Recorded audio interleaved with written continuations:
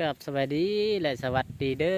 อพี่น้องเนาะฝั่งลาวฝั่งไทยต่างประเทศพี่น้องเอ้ยเมื่อนี้ก็มันเป็นวันที่22เดือน10ปี2025นี่แหละพี่น้องเอ้ยเมื่อนี้เป็นมื้อวันพุธเด้อวันแรงวันพุธเนาะเฮาไปรับจ้างเกี่ยวข้าวรับแรงมื้ออื่นเป็นมื้อวันพฤหัสปุ่นชงเรือดงเห็นเนาะใครอยากไปก็ไปได้เนาะแต่สำหรับเฮาคือสิบ่ได้ไปเนาะบางทีเป็นยังจึงบ่ได้ไปเพราะว่าเขาบ่มีเงินไปต้องไปหาจ้างเกี่ยวเขานี่ครับจ้างเกี่ยวเขาคนนี่นะเขาจ้างเกี่ยวเขาเนาะอยู่บ้านนี่อันนี้คือธรรมศาสตร์บ้านเฮาแรงๆพี่น้องเอ้ยอยู่บ้านนะพังโคกเนาะเมืองอัศพังทองแข่งสวรรณเขตเป็นยังไงเขานี่งามบ่ทุกคนงามเขาไผว่างามนี่คอมเมนต์มาบอกกันหน่อยเด้อเห็นบ่เขางามบ่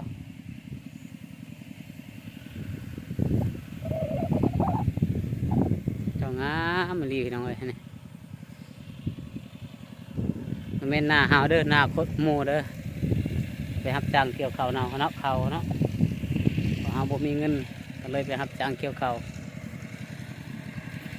อย่าลืมฝากกดไลค์กดแชร์ติดตามไปนำพี่น้องเอ้ยเพื่อเป็นกำลังใจให้ผู้ไทยคลิปเนาะเพื่อเบิ่งเขาดีๆสิ่งทุกอย่างบางคนก็บ่เคยเห็นเนาะก็ได้เบิ่งถ้าใครมีเวียกมีงานยังอยากให้เฮาติดรีวิวให้หรือว่ายังก็ได้เนาะโอเคยอมฮับเนาะฮับรีวิวฮับทุกสิ่งทุกอย่างสนใจใครสนใจให้อยากคู่อยากถามยังก็ตามได้เนาะบางคนก็บ่ลืมบ้านลืมเมืองไปเฮ็ดเวียกเฮ็ดงานลืมบ้านก็แชทหาเฮาได้เนาะตามเฮาได้อยู่บ้านนาพังโคกแรงๆพี่น้องเอ้ยวันนพังโขกเนาะเขาเริ่มสุกเมื่อนี้เป็นวันพุธเนาะตอนเช้านี่เราจะได้ไปโรงเรียนแต่ตอนแรงเราได้ไปรับจ้างเกี่ยวเขาเมื่ออื่นเป็นวันพฤหัสบุญชงเหือดงเห็นเด้อพยากไปกับไปได้เนาะเพราะว่าเราไม่ได้ไปบางทีก็มีเงินแต่ว่าก็ไปเบิ้งบางทีก็เบิ้งก่อนเนาะยันลูกอยากไปบางทีก็สิได้ไปแล้วบางทีก็อยากให้ลูกไปเล่นสไลเดอร์นะพาลูกไปเล่นแน่เนาะโดนเธอ1 ปีละเทื่อว่าง่ายจ้ะ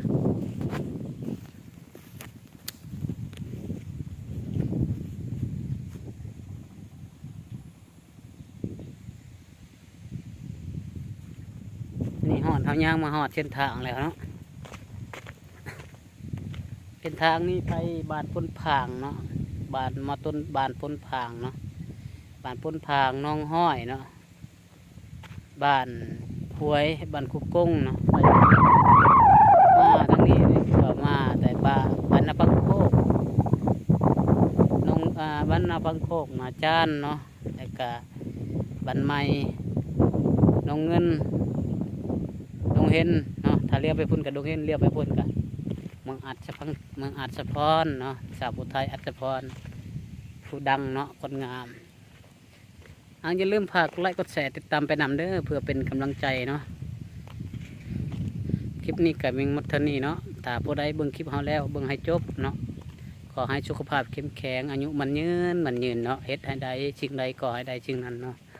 พัฒนาสิ่งใดขอให้ล้ำขอให้รวยเนาะความเจ็บบ่ให้ได้ความไข่อย่าให้มีขอให้ได้สิ่งดีๆในชีวิตเข้ามาแล้วเป็นของเด้อเอาจบเนาะคลิปนี้เนาะมัทนีเนาะสวัสดีทุกคนใครอยากไปบุญก็ไปเลยเด้อไปสิไปรับจ้างเกี่ยวข้าวคือเก่าวันนี้มื้อวันศุกร์เนาะวันศุกร์มื้อพี่น้องบุญชงเหือดงเห็นใครอยากไปก็ไปเลยเด้อ